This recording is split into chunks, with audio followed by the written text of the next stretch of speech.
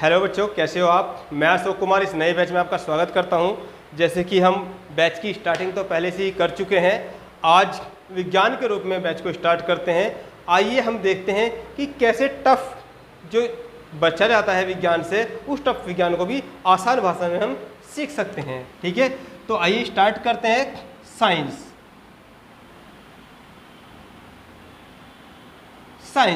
देखिए, साइंस जो है, जो साइंस है, साइंस लैटिन भाषी शब्द, किससे?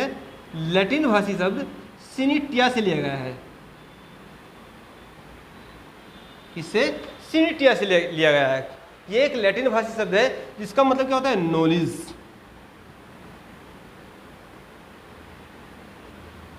क्या होता है? नॉलेज, यानी कि ज्ञान।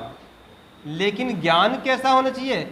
ज्ञान सिस्टमेटिकली वे में होना चाहिए। ज्ञान कैसा होना चाहिए? सिस्टमेटिकली वे में होना चाहिए। भाई, ज्ञान तो चौराहे पे खड़ा हुआ कोई भी आदमी दे सकता है, और हिंदुस्तान में तो हर आदमी क्या है? ज्ञान का क्या है? पोथा लिए है। लेकिन ज्ञान यदि क्रमबद्ध तरीके से आएगा तो वही क्या है? वही विज्ञान कहलाएगा। ठीक है, तो आप इसकी परिभाषा लिख लेंगे। परिभाषा, आप इसकी परिभाषा लिखेंगे किसी भी क्रमबद्ध ज्ञान को, सिस्टमेटिकली ज्ञान को, किसी भी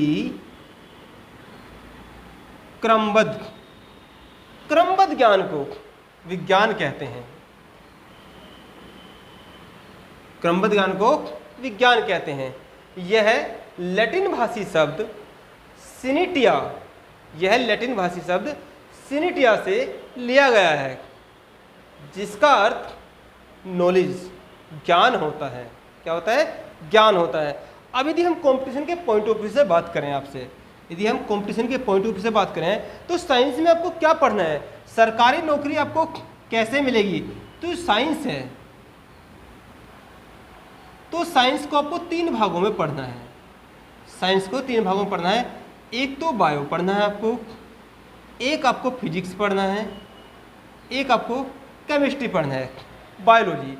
अब यहाँ से क्या होता है, क्योंकि आप पुलिस की तैयारी कर रहे हो, क्योंकि आप आईपीएस की तैयारी कर रहे हो, क्योंकि आपको आईएएस बनना है, क्योंकि आपको पीसीएस बनना है, क्योंकि आपको बैंक में एम्प्लॉय बनना है, आपको रेलवे की जॉब लेनी है, सब में साइंस भरी पड़ी है, सब में साइंस भरी पड़ी है। तो आपको किस प्रकार से पढ़ना है? देखिए, सबसे पहले एज ए ह्यूमन, क्योंकि आपको क्या करना है? आपको 60 ईयर गवर्नमेंट की सेवा करनी है। लगभग 60 साल में रिटायर होते हैं, और 18 वर्ष के यदि आप लगते हैं तो 42 साल सर्विस करनी है। तो सिलेबस में सबसे ज़्यादा क्या दिया होता है? सबसे ज़्यादा 70% पोर्शन क्या है? आपके विषय में जानकारी मांगता है। आप तो स्वस्थ होने चाहिए ना। और 30% क्या देता है? 30% वो फिजिक्स और केमिस्ट्री को देता है। वो एक अलग बात है कि जो एक्स ग्रुप होता है, जो एक्स ग्रुप होता है उसमें क्या है? उसमें फिजिक्स ज़्यादा पूछी जाती है। एयरफोर्स का एक्स ग्रुप, उसमें फिजिक्स ज़्यादा पूछी जाती है। उसके लिए एक अलग से स्पेशली फिजिक्स का बैच भी हम चलाएंगे। ठीक है, लेकिन 80% जो एग्ज़ाम होते हैं, 80% एग्जामों में ज़्यादा रेशियो क्या है? यही है। ठीक है, और यहाँ से यदि हम बात करें बायोलॉजी के विषय में बात करेंगे, तो बायोलॉजी के विषय में भी आपको ज़्यादा क्या कहाँ से आता है? ये एक तो क्या है? एक तो ह्यूमन है, एक तो ह्यूमन है, मानव है, और एक क्या है? एक ये कोई वृक्ष है, क्योंकि बायो का मतलब क्या होता है? जीवन। ठीक है, और बायोलॉजी,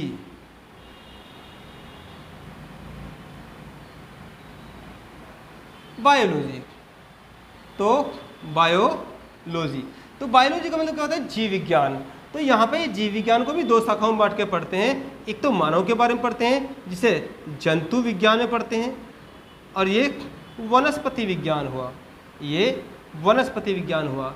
तो क्योंकि यहाँ पर आपको क्या है? गवर्नमेंट जॉब लेनी है। आपको क्या करना है? गवर्नमेंट जॉब लेनी है। और गवर्नमेंट जॉब में यदि आपको बैंक एम्प्लॉयज़ बनना है, यदि आपको बैंक में एम्प्लॉयज़ बनना है, या आपको इंडियन आर्मी में जाना है, या पुलिस में जाना है, तो आपको क्या है? सबसे पहले आपको ह्यूमन के बारे में सोचना है। अब सपोज करो एक पेड़ है, उसकी टहनी आपसे टूट गई, या उसकी टहनी आपने काट दी, तो वहाँ पे आपको ज़्यादा सज़ा मिलेगी, या फिर किसी माता के बच्चे को आपने क्या है, किसी माता के बच्चे को आपने उसका सब बिल्कुल हाथ काट दिया, तो तब आपको सज़ा मिलेगी। कहाँ आपको ज़्यादा सज़ा मिलेगी?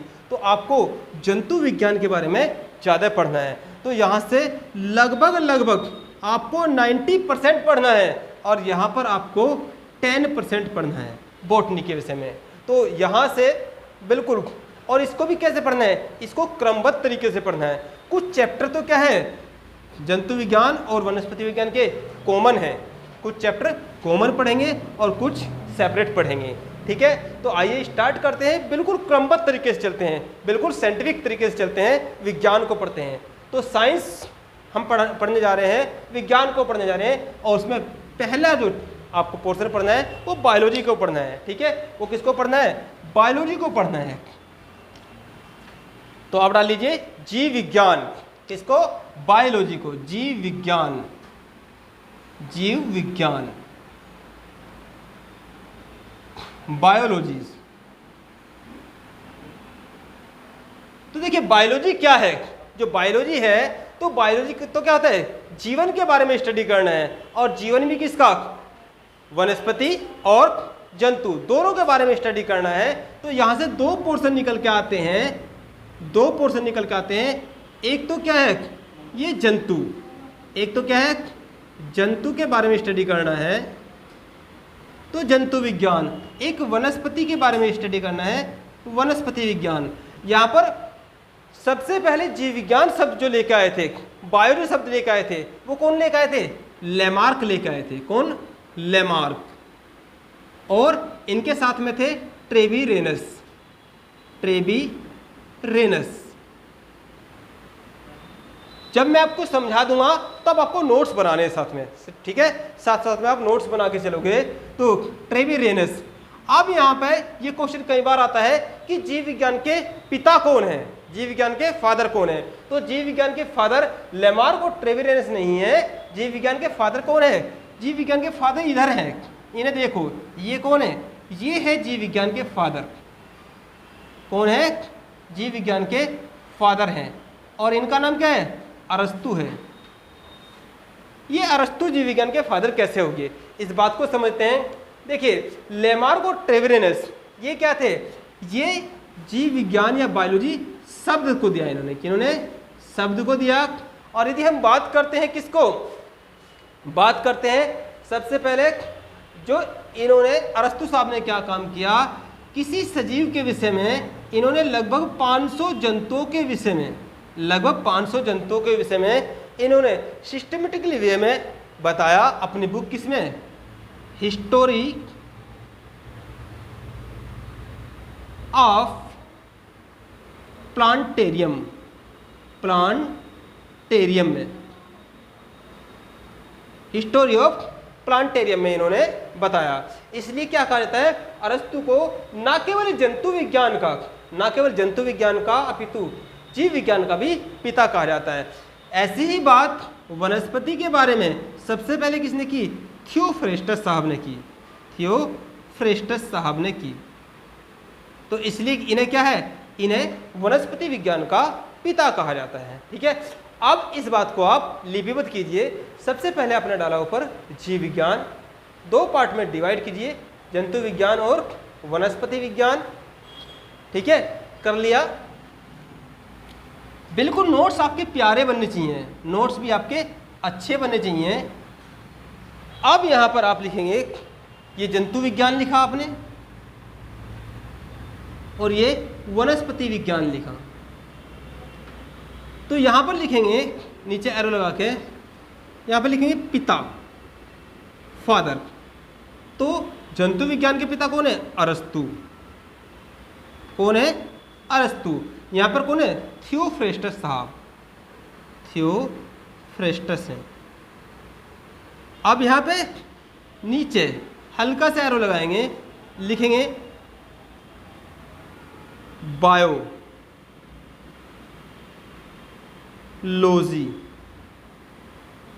के भी पिता, ये बायोलॉजी के भी पिता हैं, ठीक है। नीचे एरो लगाएंगे क्योंकि क्योंकि इन्होंने लगभग 500 जंतुओं पर अपनी बुक हिस्टोरी ऑफ प्लांटेरियम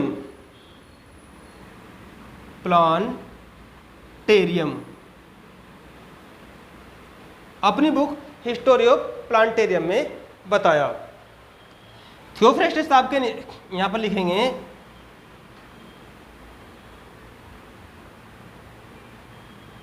इनकी जो थी थियोफ्रेस्टस साहब इनकी बुक लिखेंगे, बुक कौन सी थी? हिस्टोरी ऑफ ये प्लांटेरियम, ये प्लांटेरियम नहीं है, ये है एनिमलेनियम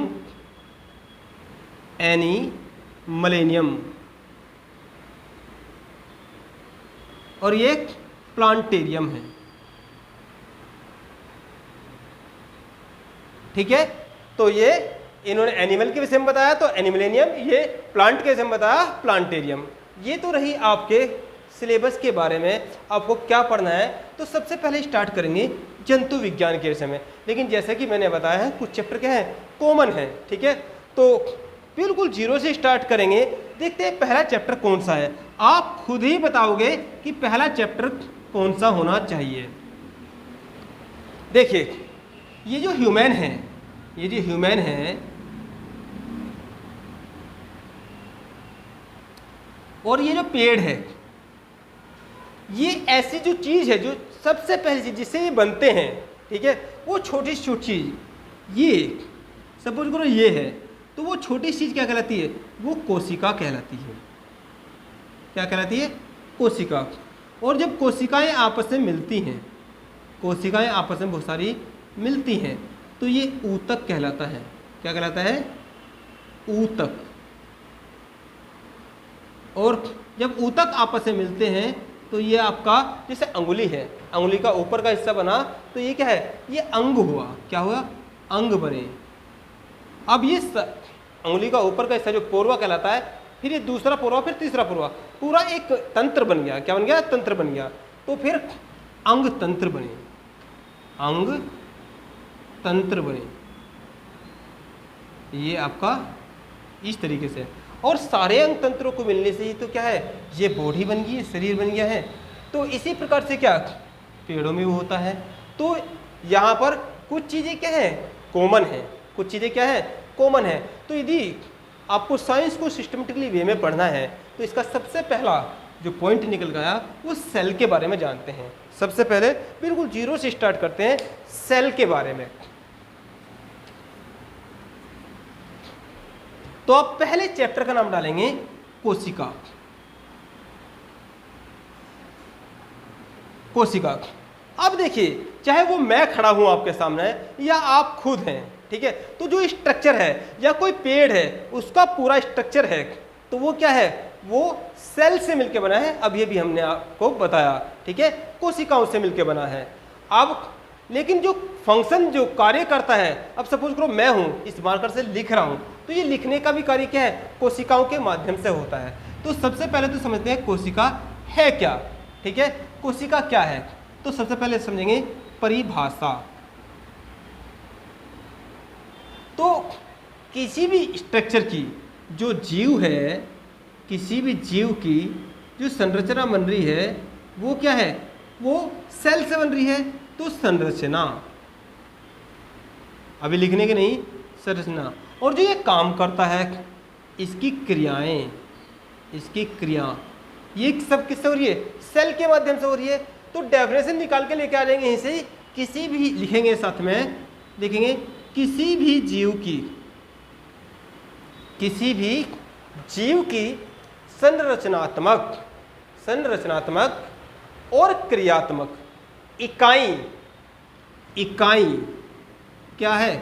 कोशिका है। क्या है? कोशिका है। अरे ये सारा जीव किससे बन रहा है? कोशिका से मिलकर बन रहा है। अब देखो, जैसे सपोज करो, समझेंगे, मान लो मकान है, किसी भवन को बनाते हैं, ये मैंने कोचिंग जब स्टार्ट हुआ होगा कभी बनना, तो सबसे पहले एक ईंट रखते हैं, फिर उसके ऊपर क्या सीमेंट रखते हैं, या गांव में पहले कच्चे मकान बनाते थे तो गारा रखते थे, तो सीमेंट रखते हैं, सबसे पहले ईंट, फिर सीमेंट, फिर दूसरी ईंट। तो इकाई का कार्य किसने किया, धीरे धीरे दीवार बनके खड़ी हो जाती है, और जब चारों दीवारें बन जाती हैं तो फिर उसके ऊपर लेंटर डाल दिया जाता है या छत डाल दी जाती है किसी प्रकार की। तो इस प्रकार से मकान बनता है। तो मकान में इकाई का काम किसने किया, ईंट ने किया। ऐसे ही इस स्ट्रक्चर के बनने में, इस संरचना के बनने में इकाई क्या है, कोशिका है। इसलिए हमने लिखा किसी भी जीव की संरचनात्मक और क्रियात्मक इकाई कोशिका है। बात समझ में आई।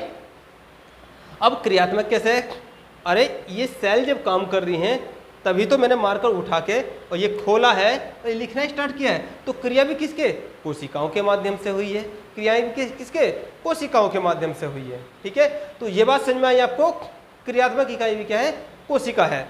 अब यदि हम सबसे पहले बात करें कोशिका को किसने खोजा है, कोशिका को किसने खोजा है, तो इसकी खोज, हिस्ट्री की बात करेंगे, इतिहास की बात करेंगे कोशिका की। देखिए यदि हम हिस्ट्री की बात करें, इतिहास, तो सबसे पहले एक साहब हुए हैं, कौन, रॉबर्ट साहब। कौन हुए हैं, रॉबर्ट साहब हुए हैं। तो रॉबर्ट हुक ने क्या काम किया, ये जो बोतल है, जो बोतल होती है, तो इन्होंने क्या काम किया, अपने लेबोरेटरी में देखी होगी, बोतल के ऊपर इस प्रकार से क्या है, एक डाट लगी हुई होती है। ठीक है, तो इसे बोलते हैं कॉर्क। क्या बोलते हैं, कॉर्क। तो इन्होंने क्या काम किया, इसी को बारीक महीन काटकर सूक्ष्मदर्शी की सहायता से इसकी संरचना को देखा। तो इन्होंने देखा मधुमक्खी के छत्ते के आकार की, इन्होंने देखा मधुमक्खी के छत्ते के आकार की क्या है, उस कार्क की कोशिकाएं दिखाई देती हैं। तो इन्होंने क्या है, ये लगभग 1665 की बात है, 64-65 की बात है। तो 1664-65 में इन्होंने बताया कि जो कोशिका होती है तो किसी भी जीव की सबसे छोटी चीज जो कोशिका है, तो वो मधुमक्खी के छत्ते के आकार की इन्होंने बताया। तो सबसे पहले कोशिका की खोज किसने की, वो रॉबर्ट साहब ने की। ये कौन है, रॉबर्ट साहब हैं। लेकिन क्योंकि इन्होंने तो निर्जीव कोशिका की खोज की थी, किसका, ये कैसी है, निर्जीव है, इसमें कोई जान थोड़ी है कार्क में, ये क्या एक डाटी तो है, तो निर्जीव कोशिका की खोज इन्होंने करी। ठीक है, निर्जीव। अब सजीव कोशिका की खोज ल्यूवेनहॉक ने करी। किसने, ल्यूवेनहॉक,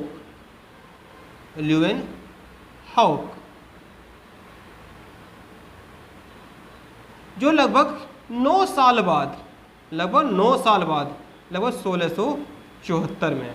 ठीक है, तो सबसे पहले इसी बात को आप लिख लीजिए। देखिए डायग्राम मेथड में पढ़ेंगे तो आपको चीज़ें ज़्यादा अच्छी तरीके से समझ में आएंगी, और लगभग आपको 3 से 4 क्लासें करनी है। ये सेल चैप्टर समाप्त होते होते ही पूरा जीव विज्ञान लगभग आपका मुट्ठी में आता हुआ नजर आएगा। तो लिखेंगे इसमें हिस्ट्री, लिखेंगे टेस्ट लगा के, सर्वप्रथम रॉबर्ट हुक ने 1665 में, सर्वप्रथम रॉबर्ट हुक ने 1665 में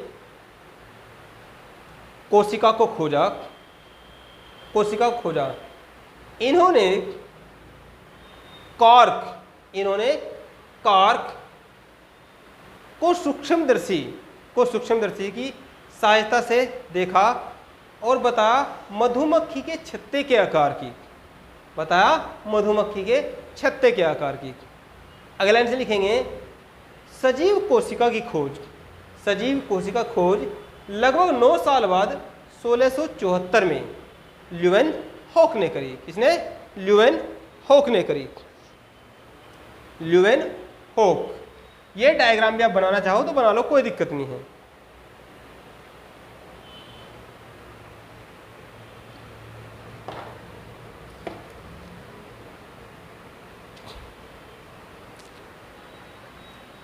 अब कोशिका की खोज हो चुकी है, अब क्या है, कॉन्क्लूजन निकाल के लेके आए। कौन?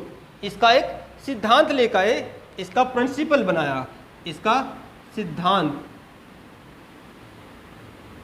ये है हमारे, कौन है? एक तो स्लाइडेन है, एक स्वान है। कौन है?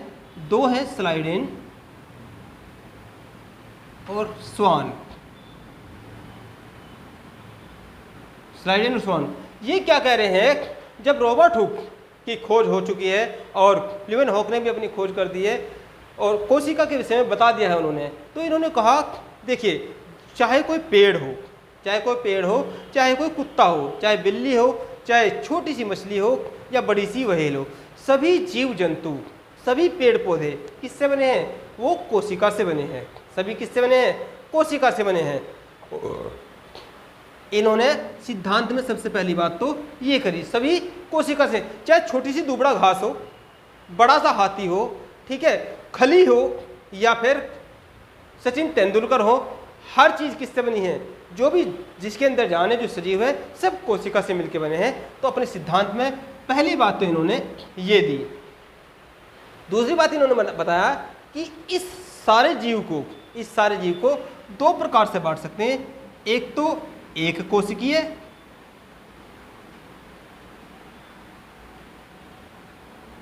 और दूसरा बहुकोशिकीय।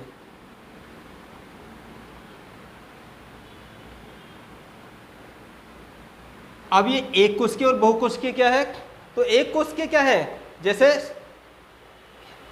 कवक है, जैसे अमीबा है, जैसे पैरामीशियम है। तो ये क्या है? ये तो एक कोशिकीय है। और बहुकोशिकीय जैसे पेड़ है, पौधे हैं, ये सभी क्या है? ये बहुकोशिकीय है। कुत्ता है, बिल्ली है, दुबड़ा घास है, बरगद का बड़ा पेड़ है, ये सब क्या है? ये बहुकोशिकीय हैं। तो आप लिखेंगे सिद्धांत में, आप लिखेंगे सिद्धांत में डैश लिखेंगे स्लाइडेन और स्वान। स्लाइडेन और स्वान ने कोशिका के सिद्धांत को प्रतिपादित किया। क्या किया? प्रतिपादित किया। अब ये प्रतिपादित लिखना क्यों जरूरी है? यदि यही आगे कि किसने प्रतिपादित किया तो आप क्या कहेंगे? ये कोशिका के सिद्धांत को किसने प्रतिपादित? अरे जिसने ये सिद्धांत लिखा है उसी को बोलते हैं प्रतिपादित। ठीक है, स्लाइडेन और स्वान ने कोशिका के सिद्धांत को प्रतिपादित किया, जिसमें इन्होंने बताया संपूर्ण जीव चाहे वह छोटी सी दुबड़ा घास हो, लिखेंगे चाहे वह छोटी सी दुबड़ा घास हो, बड़ा बरगद का वृक्ष हो, मानव हो, कुत्ता हो, बिल्ली हो, सभी कोशिका से मिलकर बने हैं। सभी कोशिका से मिलकर बने हैं। ठीक है, तो एक बात तो अपने सिद्धांत में इन्होंने ये बात बताई। अगला ऐसे लिखेंगे, पॉइंट बना के लिख लेंगे, जीवों को इन्होंने दो प्रकार से वर्गीकृत किया है। डैश नंबर एक कोशिकीय जीव, डैश लगा के इसमें लिख लेंगे अमीबा, पैरामीशियम, अमीबा है, पैरामीशियम है। ठीक है, नंबर 2 बहुकोशिकीय जीव, जैसे मानव है, कुत्ता है, बिल्ली है, मछली है, ये आदि। ठीक है, अब यदि हम बात करें एग्जाम में जो क्वेश्चन आता है, करंट के परिदृश्य को भी क्या है उसमें इंक्लूड कर लिया जाता है। अब यदि आपसे पूछे जो कोरोना है ये तो बड़ा खतरनाक था, बड़ा शक्तिशाली था, तो ये एक कोशिकीय है, ये बहुकोशिकीय है, इसे आप एक कोशिकीय के अंतर्गत रखोगे या बहुकोशिकीय के अंतर्गत रखोगे? तो इसमें भी लिखेंगे नीचे नोट, देखिए जो वायरस होते हैं, वायरस क्या होते हैं? ना तो वो सजीव होते हैं और ना निर्जीव होते हैं, ना सजीव होते हैं ना निर्जीव होते हैं। अरे जब ये सजीव नहीं है तो इतना ताकतवर कैसे था? अभी बताता हूँ ये इतना ताकतवर कैसे था। इसने आपके ही खून को पिया है, ये आपके ही खून को पीकर क्या है इतना शक्तिशाली हुआ। कैसे? कोरोना, ये वायरस क्या होता है? जो नोट में लिखेंगे आप वायरस, और वायरस में ब्रैकेट में डालेंगे कोरोना। ठीक है, तो ये क्या है, ये अपवाद है। ये क्या है, ये अपवाद है। ये क्या है, यहाँ पे डालेंगे एक बड़े से ब्रैकेट में, ये क्या है, ये उपयुक्त बातों का अपवाद है। अपवाद क्यों है, देखिए सपोज करो ये बोर्ड है, ये बोर्ड है, अचानक से क्या है, अचानक से मैं इधर को जा रहा था और यहाँ से हल्का सा मेरा हाथ इंजर्ड हुआ और मेरे ब्लड से उस कील में लगा हुआ क्या है, कोई वायरस अंदर एंटर कर गया और पहले वहाँ किसी का ब्लड लगा हुआ था, उसको वो क्या है, वो कोरोना पीड़ित था, तो उससे कोरोना क्या है मेरे शरीर में एंट्री कर गया।